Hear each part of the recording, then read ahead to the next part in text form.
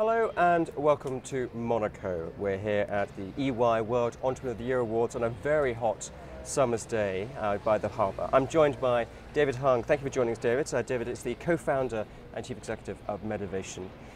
So we're here for the Entrepreneur of the Year Award. So perhaps we can start off with a kind of simple question, which is, how did you get started? What was the genesis moment? I'm an oncologist by training, and I was in my third year of my fellowship when a patient of mine died at the age of 28 from breast cancer.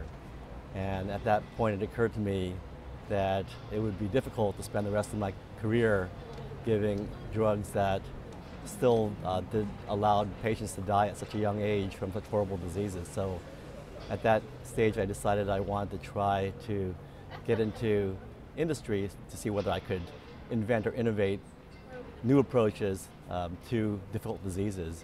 And so I left academic medicine and actually started with a breast cancer startup before starting Medivation in 2003.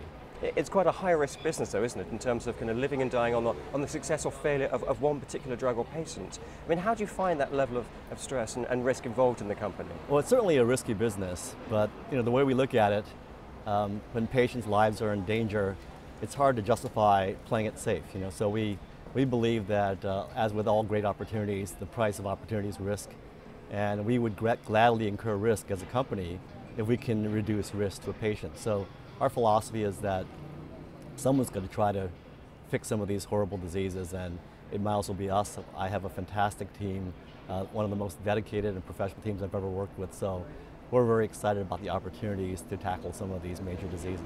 But there have been some hurdles, during the course of setting up the company. I'm looking at the trials that went on for Dimabon, for example. So Dimabon was our Alzheimer's disease drug, and that's what Medivation was founded on.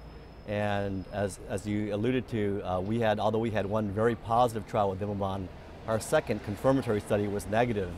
And the failure of that trial was not only devastating for patients who really wanted to see a new drug approved in the area of Alzheimer's disease, it was devastating to us as a company. I think we lost something like $1 billion in market cap in the first day of trading. We had to lay off almost a quarter of the company.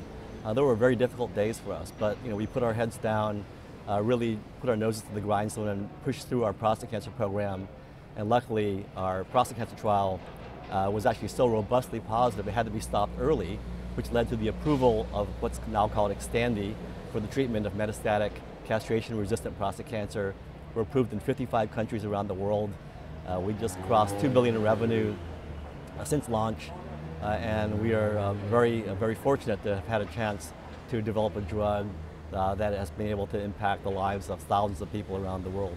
How close are we to a cure? I mean, that's the question that I think everyone wants to know. Well, I think it still could be a long time to find a cure. We don't want to get patients' hopes up beyond what the data would support.